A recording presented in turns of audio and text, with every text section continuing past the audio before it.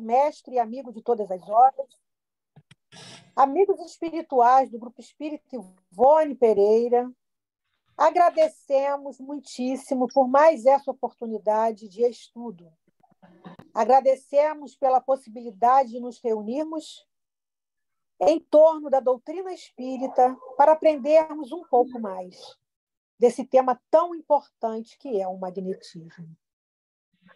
Agradecemos e pedimos aos nossos espíritos guardiões que nos auxiliem, nos envolvendo, nos sustentando, nos fortalecendo e nos ajudando a termos foco e atenção no estudo. E nos ajude também, Senhor, no interesse pelo estudo, além de assistirmos o seminário.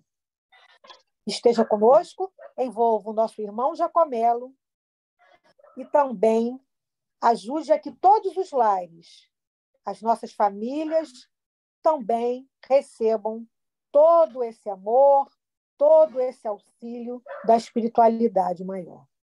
Que assim seja, graças a Deus. Como eu falei, antes de começarmos a gravação, hoje estamos recebendo Jacomelo. Já agradeci muitíssimo a presença dele na nossa sala virtual para desenvolver o tema Kardec, magnetismo e fluidos. Com a palavra, Jacomelo.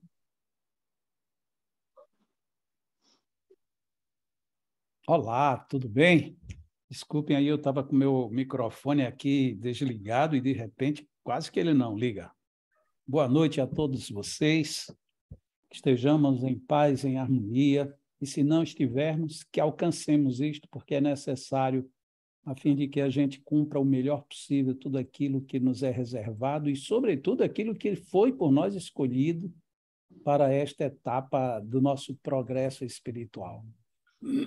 É uma alegria muito grande estar aqui no GIP, apesar de que virtualmente, mas o GIP é uma casa que mora no meu coração, principalmente pelas pessoas que eu conheço já de muito tempo e por também já ter tido a felicidade de ir até aí algumas vezes, uma inclusive junto com Carlinhos Conceição, ele tocou umas músicas e foi uma noite inesquecível para mim.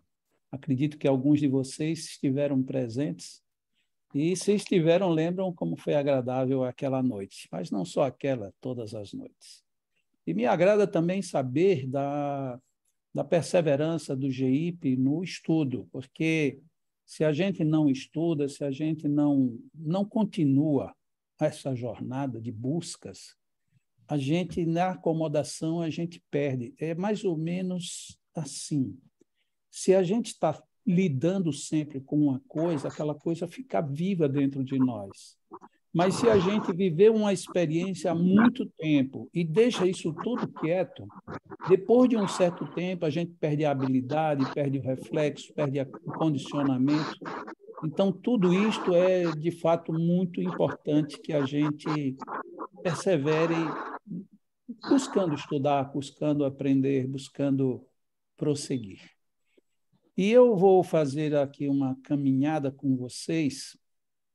Eu estava até falando para a Carmen e para a Rosana logo no início, que eu tinha até programado a gente fazer aqui uma projeção de slides, mas eu tive um problema técnico e, portanto, não vai ser possível projetá-lo. Mas nós vamos conversando sobre isto e eu tenho certeza que tudo será bem interessante. E eu quero começar por uma citação que eu uso com muita frequência e que, apesar de Allan Kardec ter feito essa referência, ela se aplica a praticamente tudo na vida. Está no capítulo 17 de O Livro dos Médiuns, no item 211. Indispensável se faz o estudo prévio da teoria para todo aquele que queira evitar os inconvenientes peculiares à experiência. Isto é muito interessante porque, quando nós lidamos, por exemplo, com o magnetismo, ou com a mediunidade, ou com o sonambulismo, ou algumas dessas ações espíritas que envolvem partes técnicas, é muito comum as pessoas estarem ansiosas demais para verem a realização dos fenômenos e se esquecem de que tudo para ser bom tem um lastro anterior, tem que ter uma base. E eu sugiro para todos nós que somos magnetizadores e espíritas, que a gente procure, primeiro de tudo, como espíritas, a base que Allan Kardec nos ofereceu, e depois a base que os grandes magnetizadores também já deixaram aí ao longo do tempo para cada um de nós refletir, estudar e aprimorar. Mas, muito bem, Allan Kardec, quando ele diz que a gente precisa ter essa noção básica daquela prática que a gente quer resolver, dentro especificamente do mundo do magnetismo, nós precisaríamos ter pelo menos uma noção de como é que os fluidos existem e também como é que isto é manipulado, como é que isto é envolvido e movido para que a gente alcance o que a gente espera. É óbvio que se a gente fosse parar aqui para estudar apenas fluido, esse tempo que a gente tem para o nosso estudo de hoje seria pouco. Então, ninguém vai aqui aprofundar nada no mundo dos fluidos. Mas vamos fazer aqui alguns breves comentários ao longo, e não necessariamente isolado. Nós vamos fazer alguns comentários onde os fluidos aparecem, e aí fica bem explicado o porquê disso e o porquê, inclusive, que é interessante a observação de Allan Kardec nisso tudo. Então, Allan Kardec vai estar praticamente no bojo inteiro do nosso comentário de hoje. E eu quero começar com a questão de número 33 do Livro dos Espíritos, antes ressaltando de que, por mais estranho que possa parecer a algumas pessoas, o maior e o melhor divulgador do magnetismo no espiritismo foi, é e continua sendo o senhor Allan Kardec. E isto, inclusive, causa um certo espanto, porque a gente fala tão pouco no magnetismo, entre aspas. Se nós estamos num grupo de estudo de magnetismo, a gente fala bastante. Mas fora desses grupos de estudo, e é no Brasil e é no mundo todo, praticamente se acredita até que Allan Kardec nem deu muita atenção e, todavia, a atenção dele foi muito grande. E a gente vai ver em algumas breves citações que a gente vai trazer aqui para a gente poder analisar e fazendo as junções que a gente precisa. Até porque vocês devem ter visto tudo isso, já que vocês hoje aqui estão fazendo uma conclusão de um estudo sobre magnetismo, sobre passes. Todavia, eu acredito que seja bom que a gente relembre isso. Então, na questão 33 do Livro dos Espíritos, a pergunta que Allan Kardec faz já é uma pergunta que, em si, na sua essência, já tem algo misterioso, misterioso no bom sentido da palavra. A mesma matéria elementar é suscetível de experimentar todas as modificações e de adquirir todas as propriedades. Então, a primeira questão vem, e o que seria matéria elementar? O que ele queria dizer com isso? O ponto inicial básico da matéria, o que nós estamos entendendo por matéria elementar? E era, sobretudo, interessante que fossem os espíritos a entender esse item, essa questão. E eles entenderam, tanto que eles responderam meio que sumariamente, sim, ou seja, da prisão matéria elementar. E aí, em vez deles entrarem no mesmo tipo de linguagem proposto na pergunta, eles simplesmente disseram sim, e é isso que se deve entender quando dizemos que tudo está em tudo. Tudo está em tudo significa, então, que tudo o que nós entendemos por matéria está dentro de um mesmo elemento primitivo, uma mesma matéria básica. O que é muito interessante, por quê? Porque quando a gente começa a imaginar ferro, água, vamos pensar aqui, o fogo ou o vento, a gente tende fisicamente a pensar que são coisas completamente distintas. Mas quando nós pensamos essas coisas que eu falei em termos de origem, todas elas vieram dessa matéria elementar. Logo, todas têm ponto comum. E esse ponto comum é quem vai poder possibilitar depois a gente entender o que nós teremos pela frente. A resposta dos espíritos foi curta e lacônica desse jeito. Allan Kardec, entretanto, talvez até por uma necessidade dele de explicar o que era que ele queria dizer, ele trouxe um exemplo. E ele diz assim: este princípio, tudo está em tudo, explica o fenômeno conhecido de todos os magnetizadores, porque na sua época foi uma época áurea do magnetismo, principalmente lá na Europa. Então, todos os magnetizadores conheciam, e que ele diz, né, que consiste em dar-se, pela ação da vontade, a uma substância qualquer, a água, por exemplo, propriedades muito diversas. 2 pontos. Um gosto determinado e até qualidades ativas de outras substâncias. Isso daqui já estabelece para a gente uma coisa que é muito curiosa. Às vezes a gente vai e põe uma água para magnetizar, e quando a gente vai beber, nossa, está com um gosto diferente, está com uma temperatura diferente, a água está cheia de bolhas, enfim, 1000 variedades. Aconteceu realmente algo que alguém, com uma força de vontade, mexeu naquela combinação H2O e colocou mais alguma coisa ali dentro.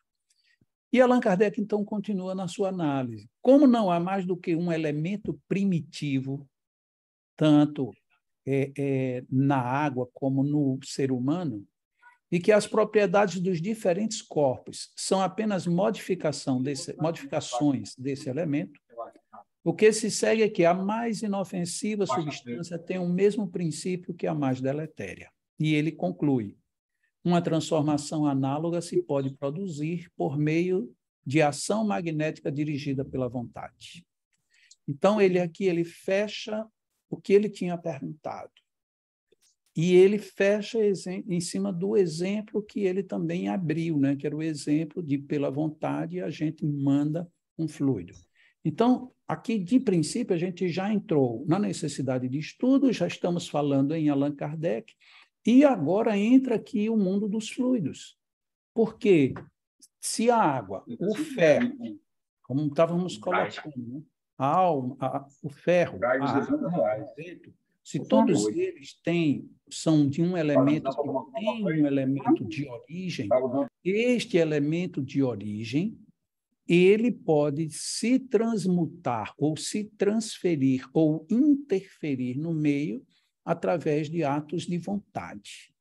Então, a vontade de alguém, e que a gente vê no estudo continuado, que eu não vou trazer todos os textos por conta do tempo, mas a gente vê depois Allan Kardec conversando lá no livro dos médiuns e dizendo que a vontade do magnetizador, ou seja, a vontade minha, homem, ser humano, que imprimo na água aquela transferência de fluidos. Se eu tiver aqui, se eu tiver o texto aqui, daqui a pouco eu leio para vocês, só para a gente ter uma configuração mais precisa disso.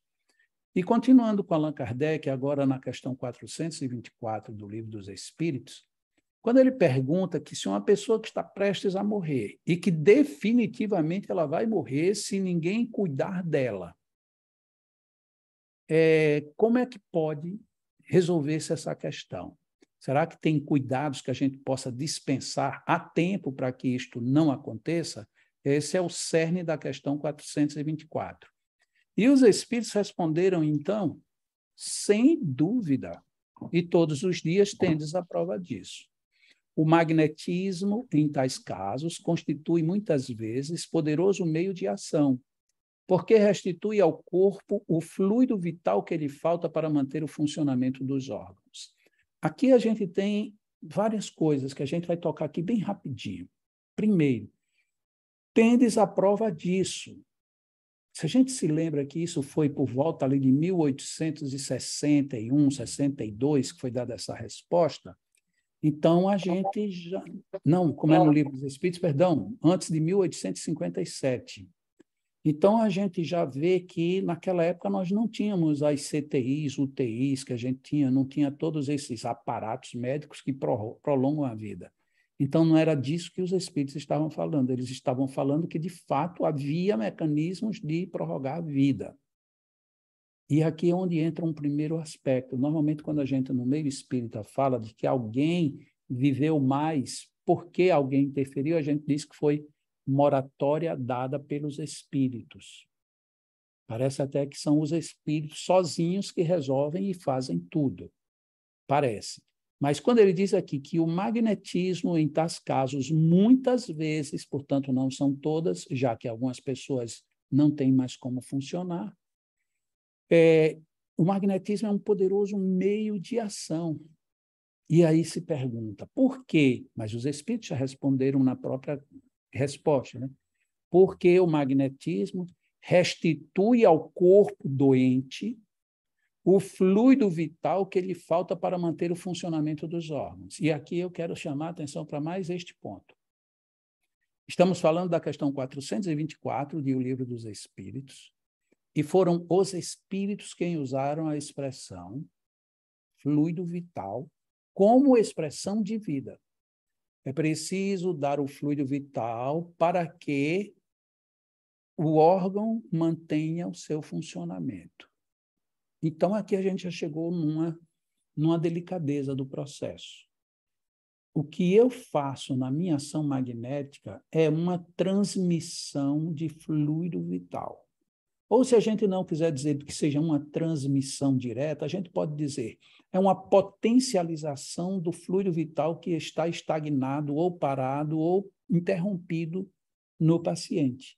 Então, nós trabalhamos, já vimos lá a expressão vontade, e nós trabalhamos agora com esse elemento sutil chamado fluido vital. E por que eu estou chamando a atenção disso?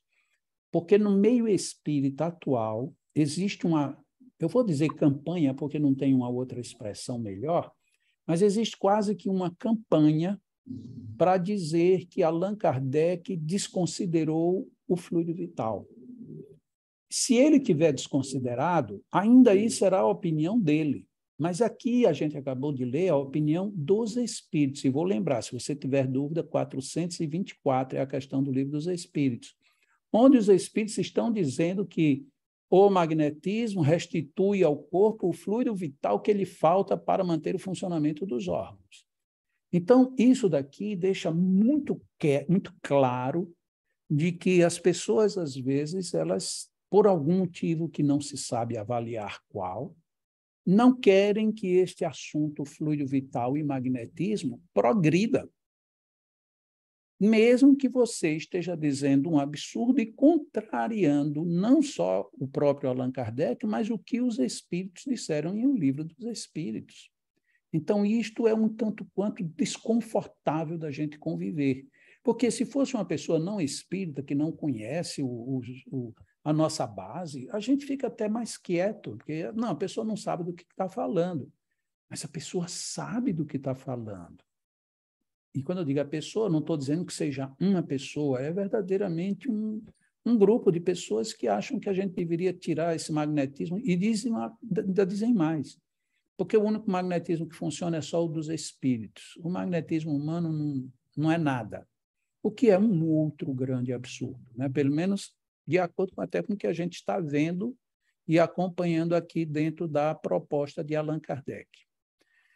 E olha bem aqui, vou dar uma mudada aqui do livro que eu vinha no Livro dos Espíritos, eu vou lá para o Livro dos Médiuns. No capítulo 8º, quando ele está estudando do Laboratório do Mundo Invisível, ele está falando da qualidade do homem na sua ação fluídica, na sua ação magnética. Ele diz assim, desde que o homem pode operar uma modificação nas propriedades da água, que corrobora com o que a gente viu ainda há pouquinho, este homem pode também produzir um fenômeno análogo com os fluidos do organismo, donde o efeito curativo da ação magnética convenientemente dirigida. Ou seja, Allan Kardec coloca toda a relação desde o princípio da matéria elementar até a comunhão desse princípio em todos os ambientes e agora a vontade do homem atuando nesta emissão fluídica e que já que ele consegue fazer isto numa água, ele também consegue fazer isto num corpo orgânico.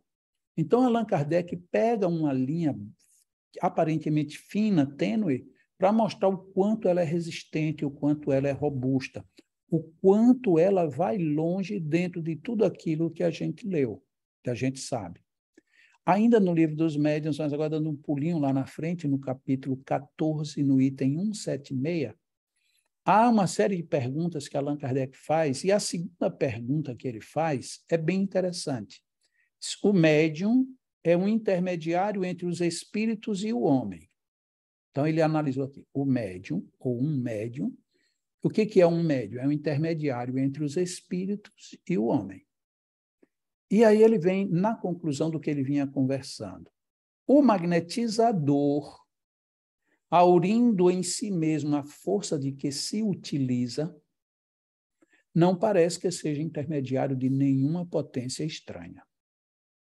Então, ele nem perguntou, ele fez essa consideração para os espíritos. E os espíritos disseram, não, isso é um erro. Mas eles reforçam, a força magnética reside, sem dúvida, no homem.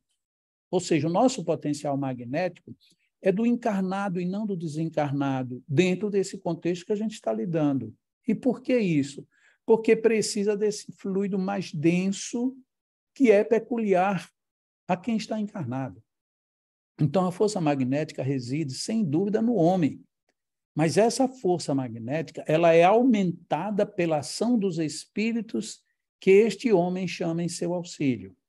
E aí, aqui, como eu sempre estudei, eu fui muito afeito a uma certa forma, às ciências mais exatas, né? Fiz engenharias. Então, eu peguei o complemento do comentário de Allan Kardec e dividi em 4 pontos. Ele diz assim, se magnetizas com o propósito de curar, por exemplo, e invocas um bom espírito, ou seja, Allan Kardec chama aqui o direito de evocação, e você então invoca um espírito que se interessa por ti e por teu paciente, aí aqui eu dividi. Primeiro, este espírito aumenta a tua força. Segundo, ele aumenta a tua vontade. Terceiro, ele dirige o teu fluido. E quarto, ele dá as qualidades necessárias. Isso aqui tudo de acordo com esse texto do Livro dos Médiuns, que, como a gente viu, está lá no capítulo 14, item 176. E aqui eu costumo fazer a seguinte consideração, um exemplo de novo da matemática. A matemática nos ensina que qualquer número multiplicado por zero é zero. Concordam? Lembram? Ok. E aí eu fiz mais ou menos isso aqui. Os espíritos, eles foram evocados para aumentar a minha força. Então, se eu tenho uma força 5, ela vai ser aumentada vezes 5, né? A força dos espíritos vezes 5, que é o valor da minha força. Se a minha força for 1000, vai ser aumentada em cima de 1000. Mas e se for 0? Ele vai aumentar, ou seja, vezes 0 dá 0. Não tem o que aumentar. Então, eu tenho que ter uma força fluídica. Segundo ponto, eu tenho que ter vontade. Quanto mais vontade, mais força eu recebo do mundo espiritual. Quanto menos vontade, menos força. E vontade nenhuma, não vem força nenhuma, porque qualquer força que venha em cima do nada é nada. Depois, os espíritos vão dirigir o meu fluido. Se eu ofereço pouco fluido, eles vão dirigir aquele pouco. Se eu ofereço muito, eles vão dirigir o muito. Se eu não ofereço nada, eles não têm o que dirigir. Então, vejam que das 4 situações propostas por Kardec, as 3 primeiras dependem muito do magnetizador. E a 4ª questão diz que os espíritos, eles vão dar as qualidades necessárias. Ah, que bom. Mas as qualidades necessárias em cima do quê? Do que você estiver oferecendo. E se você não oferece nada? Então, não tem também como eles darem qualidade. E aí, veja como isso bate de frente contra aquela situação quando a gente ouve dizer que os espíritos fazem tudo. Não, eles não fazem tudo, porque eles precisam de uma contrapartida. Eles precisam da nossa ação, eles precisam do nosso movimento naquela direção, naquele favor. E o interessante é que, às vezes, as pessoas entendem o raciocínio, concordam, mas quando chega no mundo real, diz assim, não, mas não pode ser. Os espíritos têm muito mais força do que a gente, então eles fazem o que eles quiserem. Se fosse assim, a primeira coisa que estaria invalidada no nosso processo encarnatório era a nossa necessidade de encarnação. Para que então que a gente iria encarnar se a gente vem para cá para não fazer nada, já que os espíritos vão fazer tudo? Então, essa era a primeira coisa. E segunda coisa, por que é que os espíritos precisariam da gente se a gente não dá nada? Os espíritos só precisam da gente porque a gente tem algo a oferecer. Agora, o problema é que, se você, já voltando aqui para o início da nossa conversa de hoje, se você não estuda a base e você não tem suporte, pelo menos teórico, para poder resolver a sua prática, e se você, na sua vivência, você não tem pelo menos a vontade de fazer, a partir daí ficou tudo comprometido. Como é que os espíritos podem fazer alguma coisa?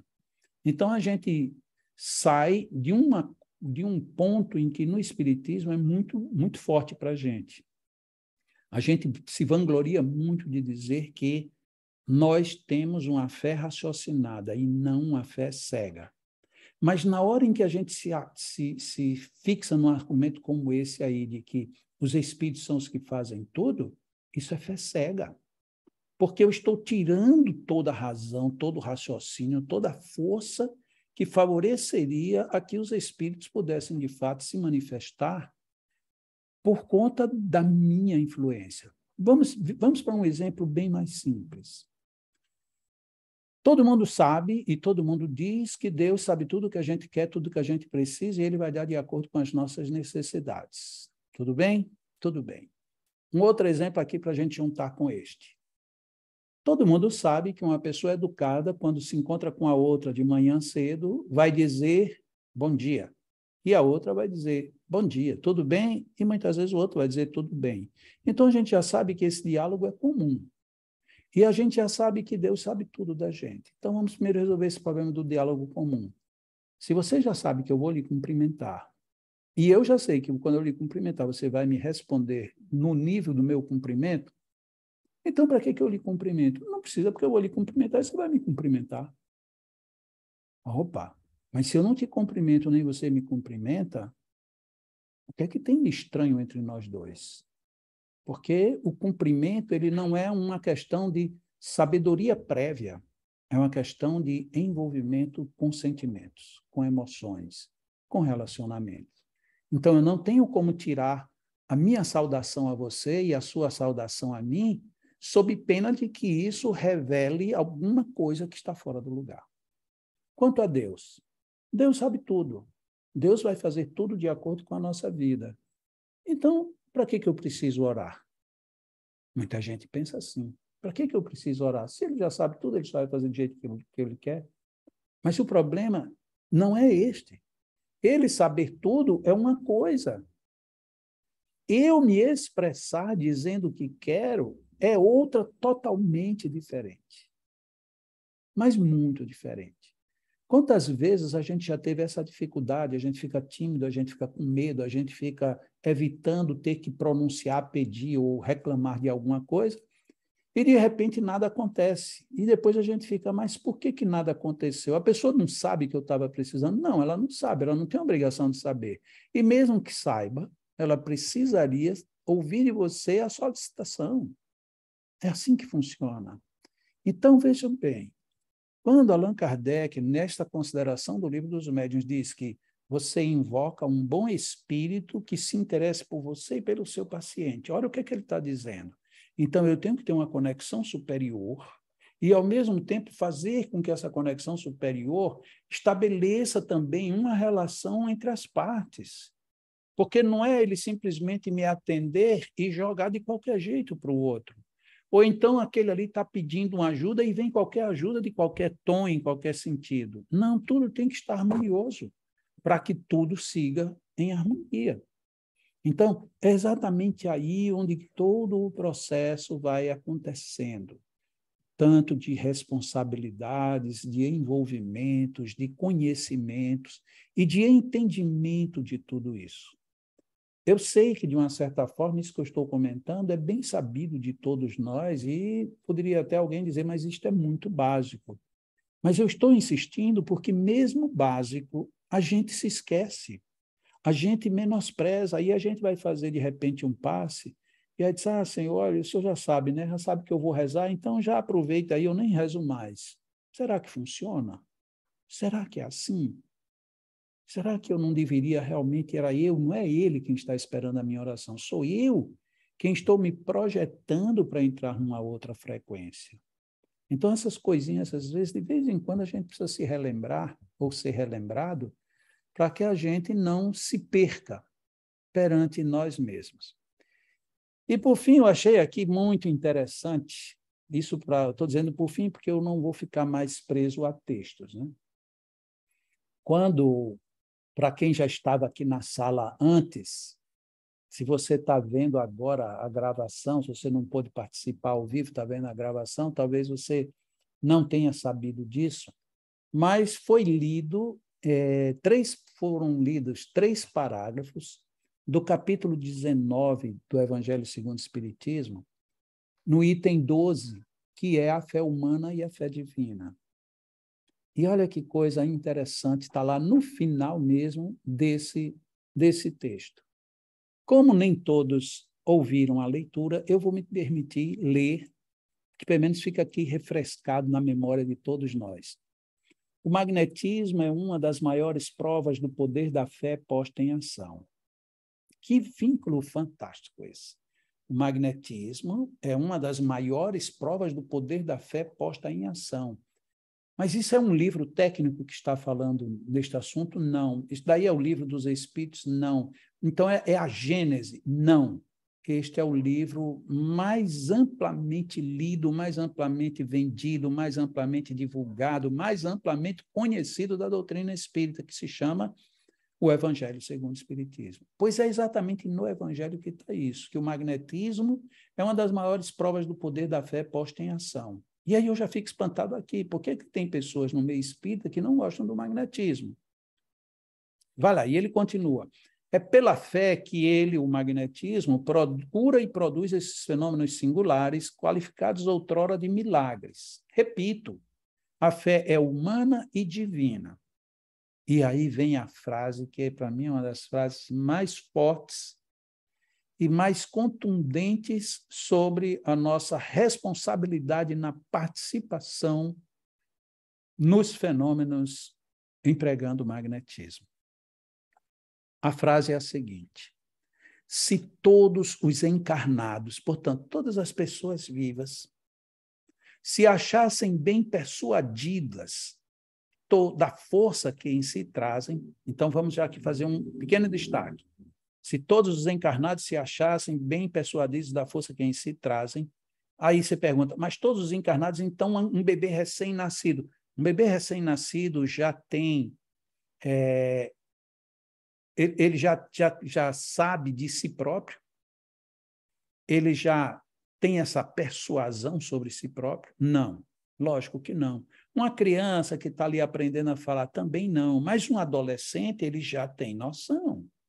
Um adulto tem isso plenamente. A gente já sabe quais são as nossas forças que a gente tem. Concorda? Então, isso. Se todos os encarnados se achassem bem persuadidos da força que em si trazem, e se quisessem, olha bem a condição. O que às vezes diz, se eu não cheguei lá, será porque eu queria?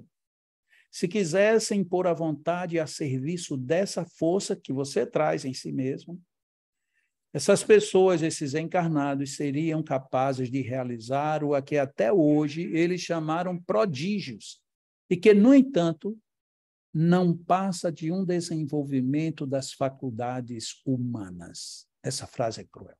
Não passa de um desenvolvimento das faculdades humanas. Uau! Então, quer dizer que durante muito tempo eu atribuía que determinadas curas, determinados alcances, determinados efeitos era porque os espíritos queriam. E aí eu venho encontrar que no Evangelho segundo o Espiritismo, capítulo 19, item 12, na última frase desse item 12, escrita por um espírito protetor, eu posso lhe fazer a pergunta, um espírito protetor de quem? Do próprio Allan Kardec. Então, não era um espírito qualquer que estava dizendo isso. Ele está dizendo que Tudo isso não passa de um desenvolvimento das faculdades humanas. Faculdade humana significa dizer faculdade de pessoas encarnadas e não mortas. Daí a nossa grande responsabilidade com o magnetismo. Não é a gente simplesmente ficar aqui pensando que as coisas estão aí porque Deus quis. Como a gente usa essa expressão? Se Deus quiser. A gente entende muitas vezes o que quer dizer se Deus quiser. Se Deus quiser, muitas vezes corresponde ao seja feita a vossa vontade. Mas muitas vezes, o se Deus quiser é assim, se tiver de ser, vai ser, se não tiver de ser, que não seja. Mas não é porque eu estou conformado ou não, é simplesmente porque estou nem aí. Ou seja, a gente está falando até o nome de Deus em vão, porque não está fazendo a repercussão que deveria fazer dentro de nós mesmos. Estamos, então, agora vocês, né? E nós, eu também, todos nós, né? Que estamos estudando o magnetismo, que estamos até concluindo, de certa forma, mais um estudo, mais um seminário, como vocês tão bem fizeram. Onde é que a gente se encontra nisso? Nossa, foi muito legal esse estudo. Foi muito bom. Olha, eu aprendi muita coisa e tal. Que bom. Mas você descobriu em você agora qual é o potencial, qual é essa força que você tem? E o que você vai fazer com isso? Até onde isso vai te levar a quê? Como é que você está disposto mesmo a resolver essa questão dentro da sua vida, dentro da sua situação de encontro consigo próprio? Não é de encontrar-me com os outros, é de encontrar-me comigo mesmo. Como é que eu vou lidar com isso? Veja bem, Allan Kardec, quando estava estudando, ainda ali no Laboratório do Mundo Invisível, ele dizia assim que o homem, como ele já disse lá na questão inicial, a 33, né, o homem, através da vontade, ele consegue magnetizar a água. Nesse capítulo 8, ele reafirma isso, agora dizendo de fato que é o homem. Então, não era uma vontade solta, é uma vontade bem objetiva. É tanto que ele diz literalmente o seguinte: o espírito atuante é o do magnetizador. Olha que coisa! Quem atua é o magnetizador, não são os espíritos. E este espírito atuante, que é o magnetizador, quase sempre é assistido por outro espírito. E aí sim, muitas vezes, quando eu estou magnetizando a água, sou eu quem estou magnetizando. Quase sempre com algum espírito me apoiando, me assistindo, me dando força, dirigindo o meu fluido. Para isso eu tenho que ter vontade, eu tenho que ter força, eu tenho que ter bom ânimo e tenho que querer fazer isso. E veja bem o que é que está lá no texto ainda do capítulo 8 do Livro dos Médiuns. Ele, o magnetizador opera uma transmutação por meio do fluido magnético. Então, eu tinha dito lá no início que a gente iria falar de fluidos, mas dentro desses contextos, pois é exatamente aí onde entra esse fluido. Esse fluido ele tem uma criação, ele tem uma origem muito forte na vontade, porque a vontade faz com que nós elaboremos e exteriorizemos essa energia, esse fluido. E muitas vezes as pessoas se confundem assim, mas e o fluido vital? Se eu dou para você um fluido vital para você se tratar, não quer dizer que eu estou dando uma coisa que a mim vai me fazer falta. A gente sempre usa a mesma analogia, só para fazer uma comparação. Você está no hospital, está precisando de doador de sangue. Eu vou tirar do meu sangue para dar para você. Eu posso tirar? Posso, até determinado limite. A partir de determinado limite, aí já não é mais recomendável, porque vai começar a fazer falta. Então, eu preciso agora ter um tempo para recompor a minha carga hemática. Ok, ou sanguínea. No caso do magnetismo, eu te dou fluido vital, que eu usino. E usinagem é uma palavra muito interessante, porque ela enseja transformação. Então, eu usino um tanto de fluidos materiais muito densos, transformo esses fluidos em matéria mais sutil, e essa matéria mais sutil vai transferida para você. Igualmente ao sangue, também existe um limite. Tanto que tem pessoas que começam a doar demais descontroladamente e caem em fadiga fluídica. E caem em fadiga fluídica porque está faltando fluido vital. O fluido vital que tem está sendo insuficiente para circular e manter tudo harmonizado. Então, é preciso que a gente tenha esse tipo de noção, tenha esse tipo de percepção. Tem muitas pessoas que são magnetizadoras ou passistas, como muitos se chamam, e dizem assim, mas eu tenho um certo receio porque, de repente, pode ser que eu doe tanto fluidos que eu morra. Não, não é desse jeito. Mas você vai sentir, se você começar a doar demais, você vai sentir que seu corpo vai baquear. Você vai ter uma série de sensações, algumas desagradáveis, que vão lhe chamar a atenção para você ter cuidado nessa reposição, tanto na reposição com os princípios elementares de uma boa respiração, exercícios de caminhadas, por exemplo, um bom repouso. Então, tudo isso é reconstituinte dessa usinagem.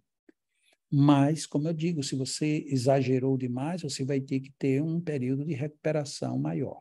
E outras vezes você vai precisar que alguém te dê um tanto quanto de fluido, ou, pelo menos, de favorecer para que os seus fluidos entrem em harmonia, apesar de baixos em quantidade, entrem em harmonia para que você siga produzindo e siga se sentindo bem com tudo o que você já tinha previsto, né? É muito valioso que a gente pense mesmo sobre o mundo fluídico. Nós usinamos esse fluido. Mas aí surge uma outra questão que, a propósito, Allan Kardec também fez aos espíritos. É impressionante como algumas vezes, que é dúvida básica na gente, Allan Kardec já tinha perguntado. Quando ele, estudando na Gênese a questão do fluido vital, ele começa estudando o princípio vital e depois ele fala que o fluido vital se une para dar vida.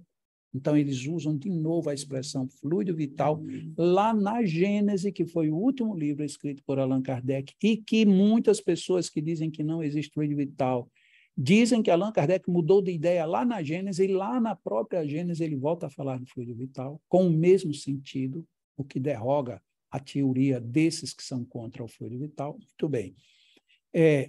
Allan Kardec, ele trazendo isso tudo, mostra que o assunto continua. Mas vamos lá, ele perguntou assim, quando a gente nasce, a gente já vem com uma quantidade pré-determinada de fluido vital? E a resposta é objetivamente clara, não. Não. Porque a cada vez que você respira, a cada vez que você se alimenta, a cada vez que você faz determinadas atividades fisiológicas, você está, de alguma forma, se retroalimentando desse circuito vital. Tanto que você pode doar e depois você pode se recompor. Como você também estando descomposto, você pode se recompor absorvendo fluidos vitais de outras pessoas. Então, isso tudo mostra que essa estrutura fluídica ela não é para nos apavorar jamais, nem muito menos nos afastar das nossas atividades. O descuido, o descaso, e aí desculpe uma palavra mais forte, a nossa, às vezes, irresponsabilidade na nossa ação, aí sim é que pode nos comprometer, pode nos complicar. Então, Allan Kardec, ele fala assim, olha, é preciso que o médium ele use tudo isso com bom critério, porque ele reforça uma expressão que a gente até já leu há pouco. O magnetizador, ele aure em si mesmo a sua energia que ele vai doar. Enquanto que o médium curador, ele, na estrita acepção da palavra, ele capta fluidos do mundo espiritual. Mas aí ele faz uma observação que é muito preciosa, que ele diz assim, esse tipo de médium que, na realidade, abre mão da sua própria personalidade para deixar a manifestação acontecer com fluidos do mundo espiritual, esse tipo de médium é extremamente raro. Extremamente raro. Por que da importância disso? Porque algumas pessoas, às vezes, dizem assim, então assim é muito melhor ser médium, porque a gente não tem responsabilidade, não precisa cuidar dos fluidos, os espíritos que fazem tudo. Nessa situação, é raro ter um médium desse tipo. E muitas vezes a gente quer exatamente esse toque de raridade para que o fenômeno seja mais eloquente. Dessa maneira, a gente distorce e se perde dentro da própria linha do que a gente diz pretender fazer. Eu vou somente para pegar aqui mais uma frase que está na Revista Espírita de setembro de 1865, em que está dito o seguinte, olha bem, qualquer parte integrante do Espiritismo, Revista Espírita de Allan Kardec, setembro de 1865, qualquer parte integrante do Espiritismo é, por si mesma, toda uma ciência, porque se liga ao magnetismo e abarca não só as doenças propriamente ditas, mas todas as variedades tão numerosas e tão complicadas de obsessões que elas mesmas influem sobre o organismo. Olha até que ponto Allan Kardec chegou para colocar o magnetismo dentro das nossas necessidades de compreensão e uso. Olha que frase forte. Qualquer parte integrante do espiritismo é por si mesma toda uma ciência, porque se liga ao magnetismo. Então, quando Allan Kardec, lá no Livro dos Espíritos, na questão 555, diz que espiritismo e magnetismo são uma única e só ciência, quando a gente lê isso aqui, a gente diz, nossa, então está o tempo todo integrado. E quando a gente vai e se lembra da questão 33, o tudo está em tudo, que diz, olha, tudo não parte da mesma matéria elementar, a gente vê que é um verdadeiro monobloco a estrutura toda da doutrina espírita, e é um monobloco que é feito de dois materiais inseparáveis, o espiritismo e o magnetismo. Então, enquanto ciência, a ciência espírita e a ciência magnética formam esse monobloco sobre o qual a gente pode tranquilamente construir qualquer estrutura para se mover, a gente se locomover e realizar o que estiver ao nosso alcance. O que nos resta? Pensar nas nossas responsabilidades. Então, as minhas responsabilidades, elas estão quase que, literalmente, fora da proposta que os espíritos fazem tudo. Os espíritos fazem tudo, desde que eu faça responsavelmente a minha parte. Então, eu não tenho como pensar na ação dos espíritos sem pensar na minha ação.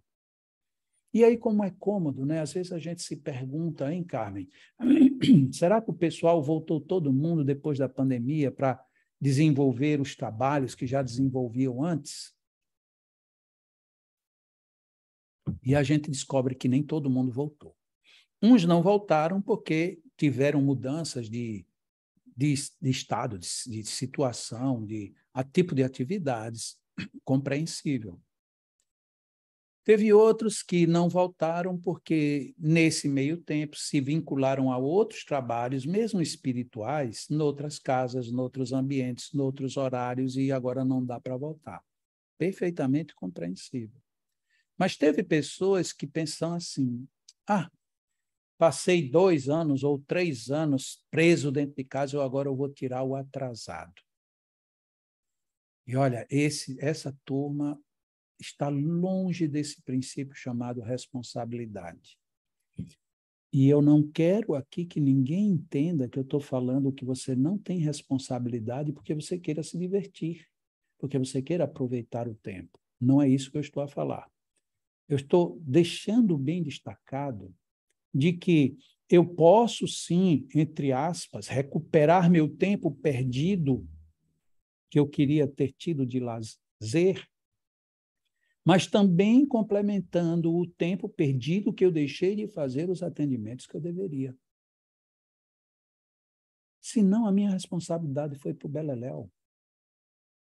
Ainda há pouco, uma amiga estava me perguntando, Jacó, e você já está viajando para fazer cursos, seminários? Eu disse, não, não estou viajando.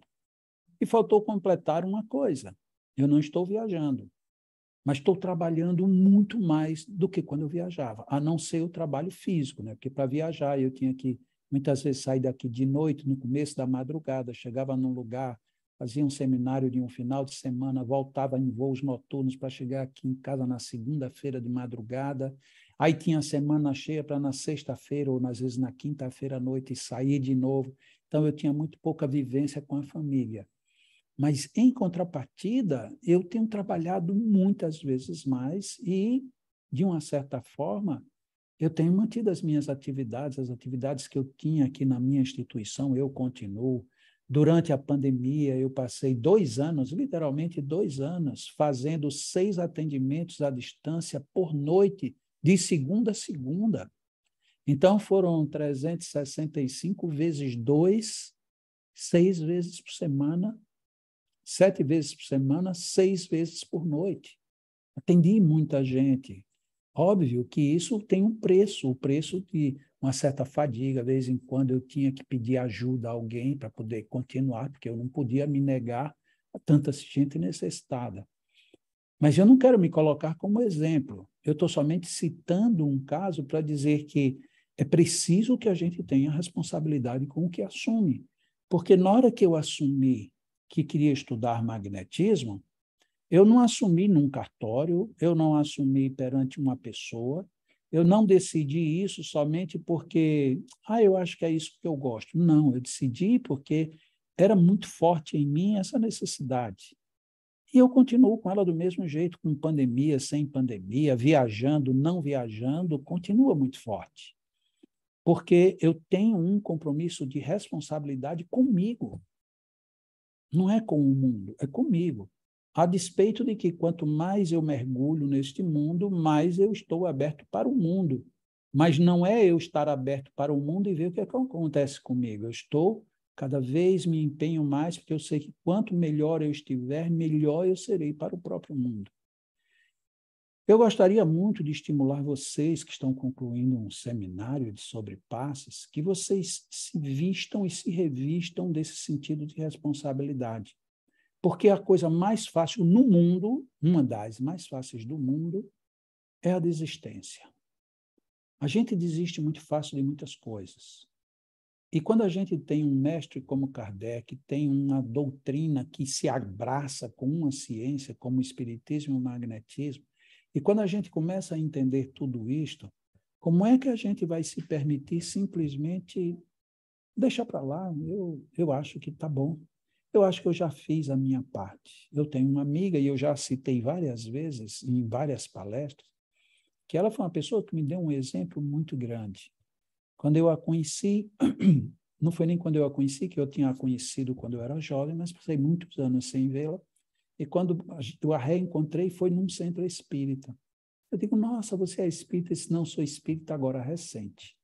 Eu estava numa reunião, estava sentindo uns negócios, e fui e me encontrei.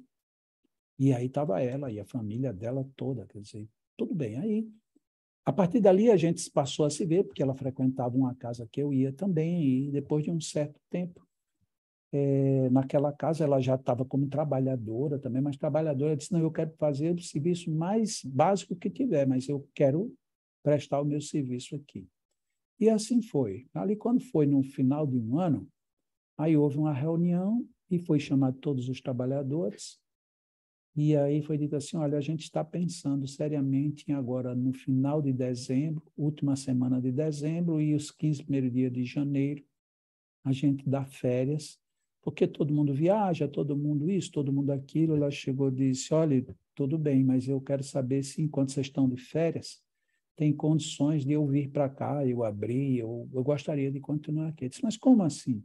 Ele disse, é porque eu já vivi, até o dia que eu encontrei o Espiritismo, para mim foi a vida todinha de férias. Então, a partir de agora, eu não tenho mais direito a férias. E por isso eu não quero parar. Aquilo me tocou de uma forma muito forte. Porque eu digo, nossa, que nível de consciência. Estava todo mundo ali, e ela é uma pessoa novata, com pouca experiência. Resultado, ela conseguiu fazer com que todo mundo desistisse da ideia das férias. Porque durante as férias, muita gente estaria precisando de ajuda, e não seria justo estar todo mundo com capacidade de ajudar simplesmente de férias. Aí alguém teria dito assim, mas eu vou passear, e aí, pelo menos nessas férias, eu vou ter liberdade de comer o que eu quiser, de fazer o que eu quiser. Sim, você vai ter a liberdade de se desrespeitar. Será que você, com isso, você não vai se comprometer o seu organismo? A pessoa disse, meu Deus, eu podia ter ficado calado. Pois é. A nossa responsabilidade de magnetizadores, ela anda por muitos lados. E a gente, apesar de que não queira, usando um jargão popular, não queiramos ser santos, mas a gente precisa ser equilibrado. A gente precisa ter uma harmonia interior suficiente para, nessa harmonia interior, a gente tocar as pessoas que precisam da gente. Porque, do contrário, a gente vai ficar a dever. E se pergunta, para quem que você vai ficar devendo? Para você mesmo. E é por isso que o julgamento do outro lado é pesado. Porque eu não tenho um julgamento num tribunal lá fora. Tudo está dentro da minha experiência, da minha responsabilidade e de como eu lido com tudo isto. Espero profundamente que todos nós reflitamos com muito cuidado, não para que a gente se transforme presidiários do bem. Não. A gente tem que ser os prazerosos de realizar o bem. A gente tem que ter prazer, tem que ter a satisfação de servir, de fazer, porque aí o estudo fica leve, o trabalho fica agradável, as amizades aparecem com muito mais fartura, tudo fica mais feliz na nossa vida. É isso, Carmen. O que é que você quer fazer agora, minha amiga? Jacó, muito obrigada. Excelente, excelente palavras. É sempre muito bom ouvir, ainda mais ouvir você sempre falando, embasando em Kardec, né? O que nós sempre utilizamos e fazemos no jeito. Bem, agora, esse tempo que nós temos, né, 15 minutos, é para que as pessoas apresentem as suas dúvidas. Podem abrir o microfone e expor a sua dúvida. Por favor, fiquem todos à vontade.